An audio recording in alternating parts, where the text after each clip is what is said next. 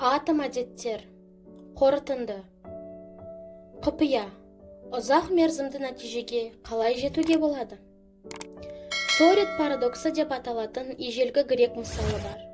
Мысалда бір ғана болмашы әрекетті қайталай берсең, оның әсері қандай болатыны туралы айтылады. Парадокстың бір нұсқасында бір тиын адамды байыта ма деген сұрақ бар. Адамға 10 тиын берсеңіз, ол байып кеттім деп айта ала ма? Ал тағы біреуін берсеңізше, сосын тағы берсеңіз.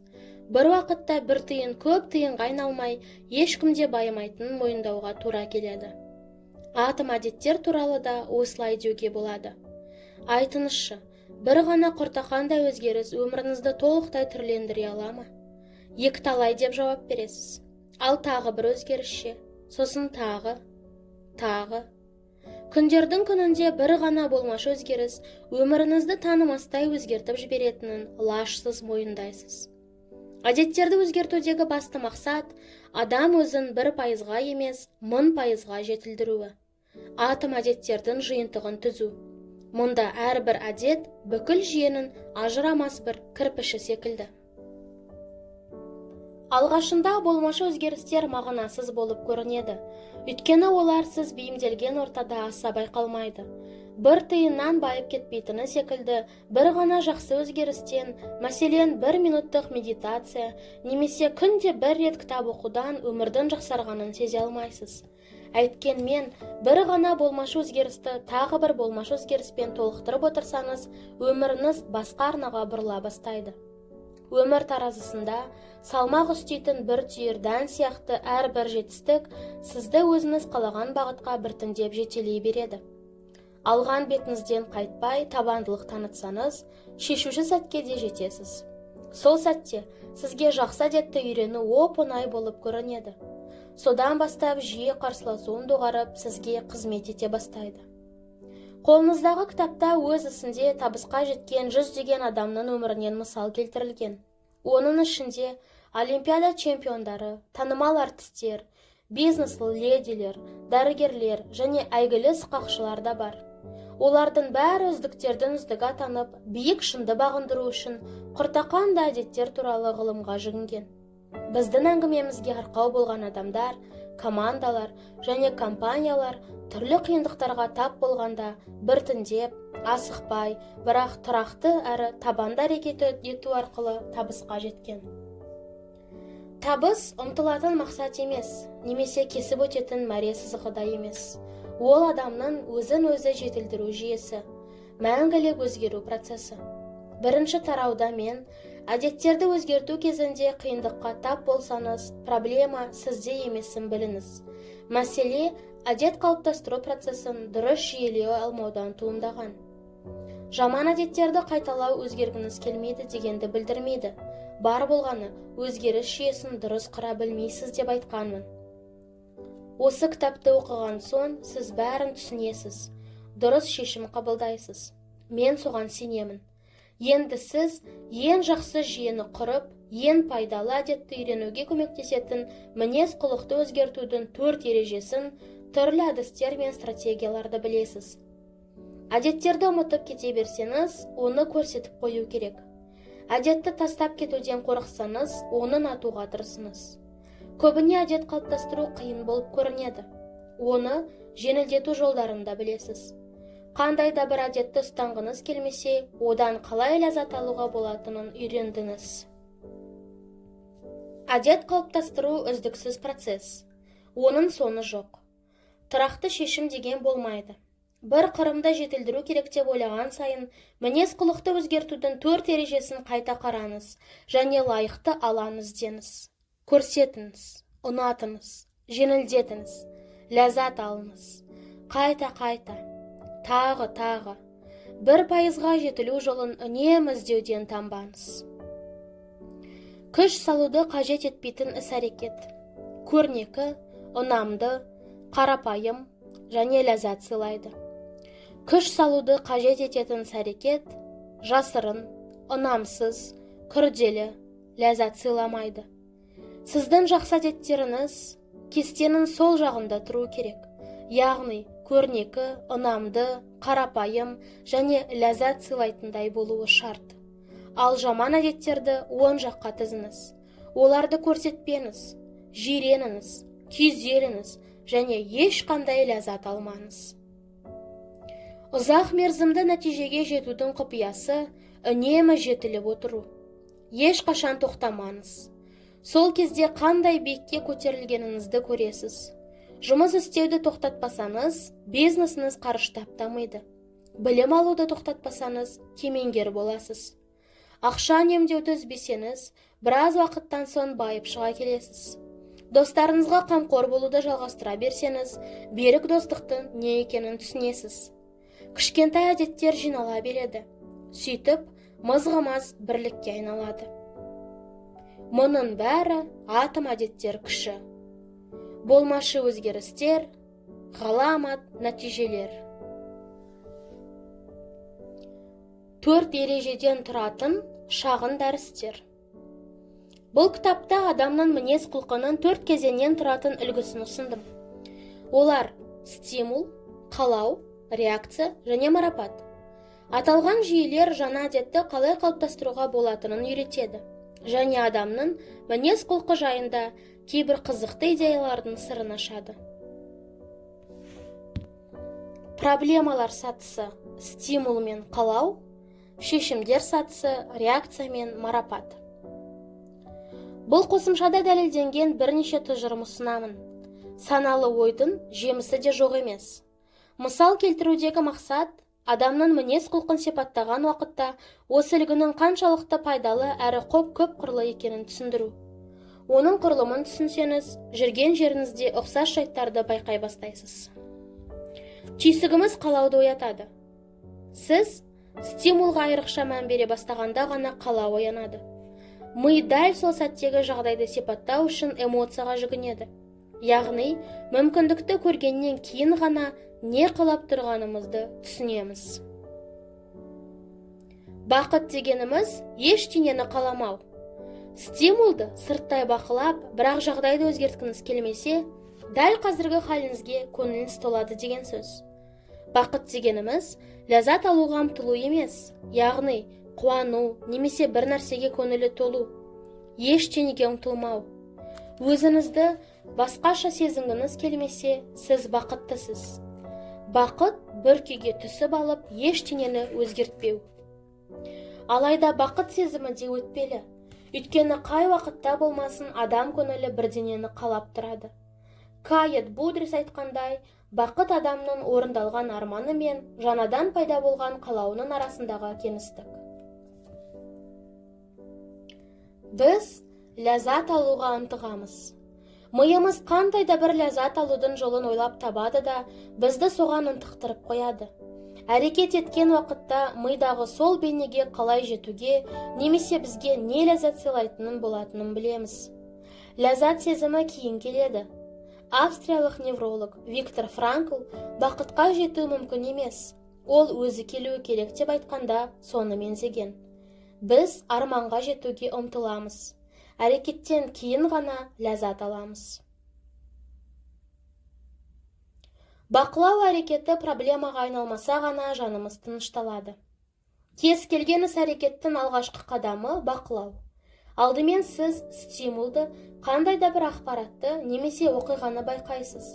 Егер соған сәйкес әрекет еткіңіз келмесе, жаныңыз тыныш деген сөз. Адам қалауы жағдайды түзеткісі келгенде туындайды.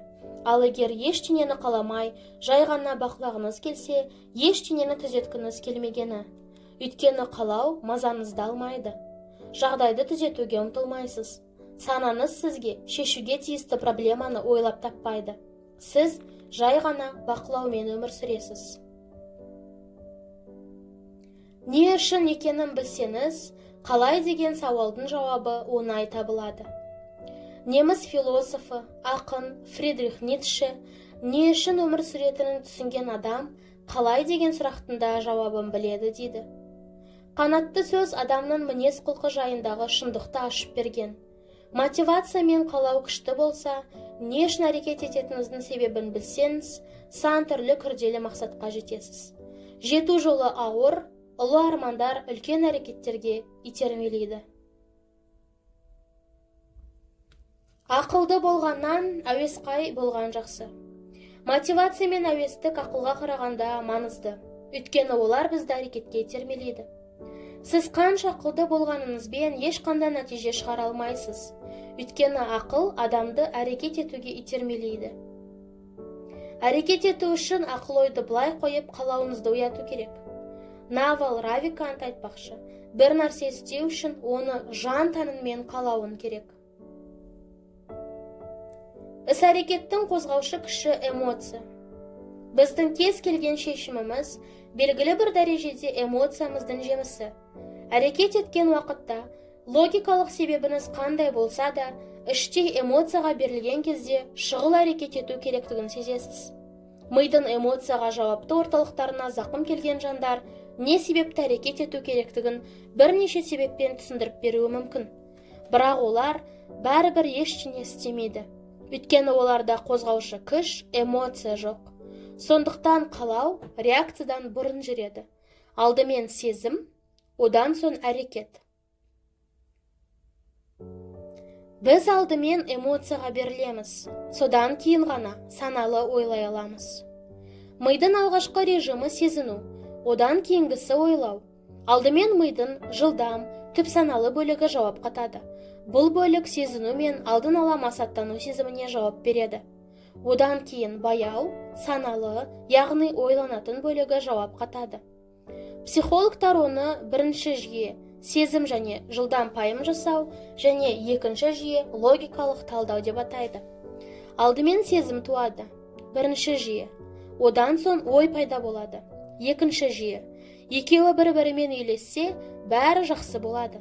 Ал шатасса, адам логикаға жүгінуден қалады, және эмоцияға тым беріліп кетеді. Сіздің реакцияңыз эмоцияға сүйенеді. Ойымыз бен іс-әрекетіміз саналы түрде деп қабылдаған дүниелерге емес, ұнатқан дүниелерге орай туындайды. Екі адам бір фактіні көрсе, оларды екі түрлі қабылдауы мүмкін. Өйткені олар мұны өздерінің ешкімге ұқсамайтын эмоциялық сүзгісінен өткізеді. Сондықтан ойдан гөрі эмоцияға жүгінген әрдайым тиімді нәтиже береді. Қандай да бір оқиға адамның эмоциясын оятса, логикалық мәні рөл ойнамай қалады. Сол үшін эмоция ойланып шешім қабылдауға кедергі жасайды. Бір сөзбен айтқанда, адамдардың көбі ойланып әрекет ету пайдалы деп есептейді. Себебі ол қалауын қанағаттандырады. Қандай да бір жағдайға тап болсаңыз, эмоцияңызды басуға тырысыңыз. Ол эмоцияға емес, фактілерге сүйеніп әрекет етуге көмектеседі. Мұн дамудың қозғаушы күші. Адамның мұнаюының басты себебі жағдайды өзгертуге ұмтылуы. Бұл сізді дами түсуге жетелейді.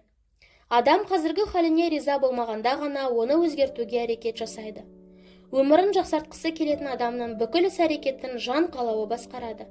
Мәселен, жаңа технологиялар ойлап тауып өмірін жаңа деңгейге көтереді. Бірдеңені қаласақ, көңіліміз толтыру үшін әрекет етуге дайын боламыз. Ештеңе қаламасақ, көңіліміз тоқ болса, ештеңеге құлшынбаймыз.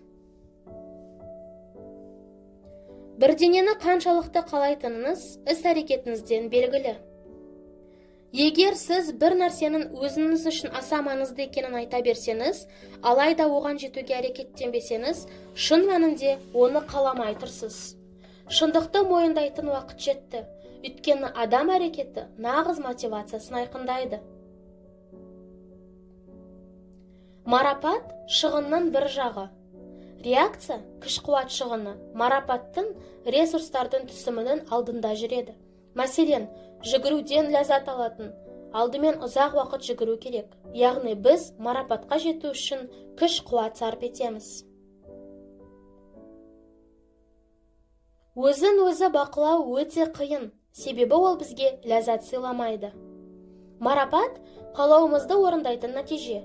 Адам марапатқа жеткісі келгенде өзін-өзі бақылайды. Өйткені қалауымызды басып жаншығанмен одан құтыла алмайсыз.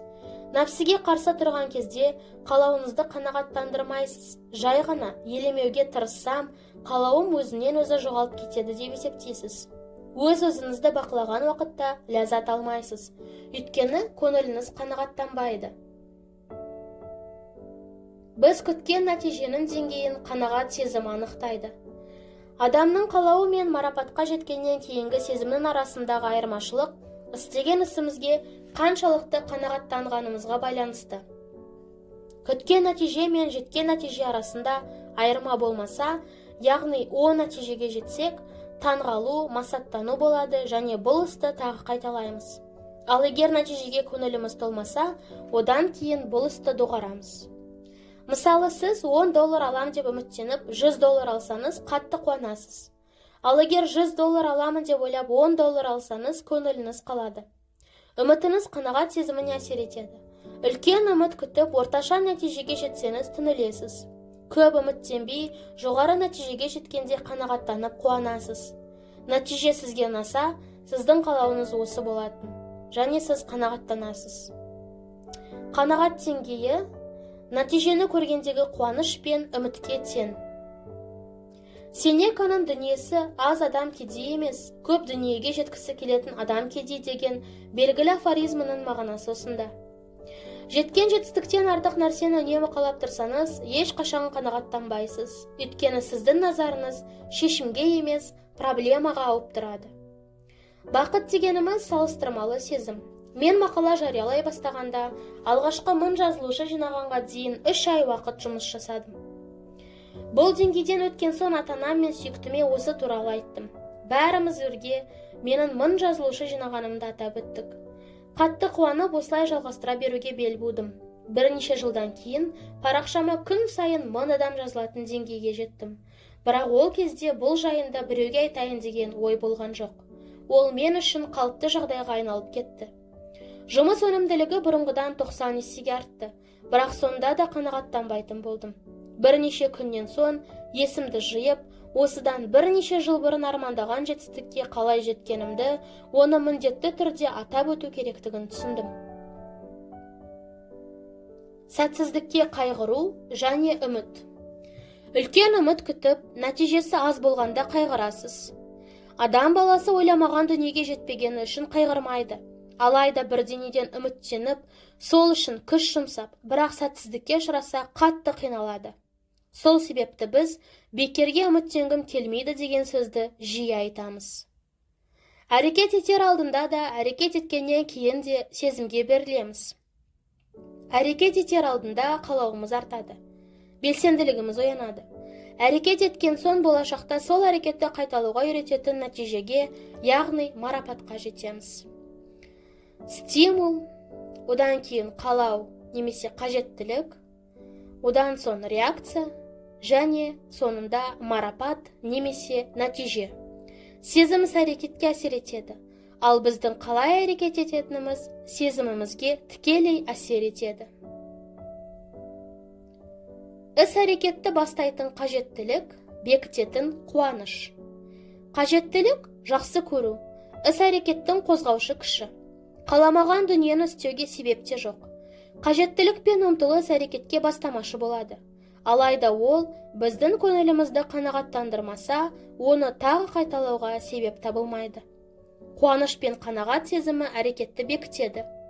Мотивация әрекет етуге итермелейді. Табысқа жеткеннен кейінгі сезім әрекеттің қайталануына түрткі болады. Тәжірибе көбейген сайын үміт азайып, оның орнын қабылдау сезімі басады.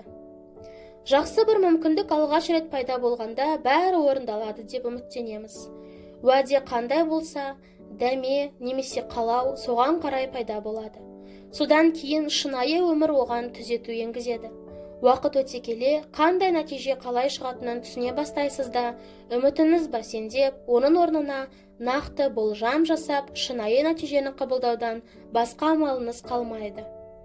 Адам баласы сол себепті қалай арықтау, немесе қалай баю жайында ақпарат беретін соңғы жаңалықтарды білуге құмар. Жаңа жоспарлар құрса, жаңа үміт оянады. Өйткені біз әлі үміт отымызды өшіретіндей тәжірибе жинаған жоқпыз. Жаңа стратегия қызықты болып көрінеді. Себебі біз одан үлкен үміт күтеміз. Аристотельдің жастарды алдау оңай, өйткені олар үмітпен өмір сүреді деген сөзі бар. Олардың өмірлік тәжірибесі аз болғандықтан, үмітін ештеңемен салыстыра алмайды. Әсілінде, барлық адамның қолында үміттен басқа ештеңе жоқ.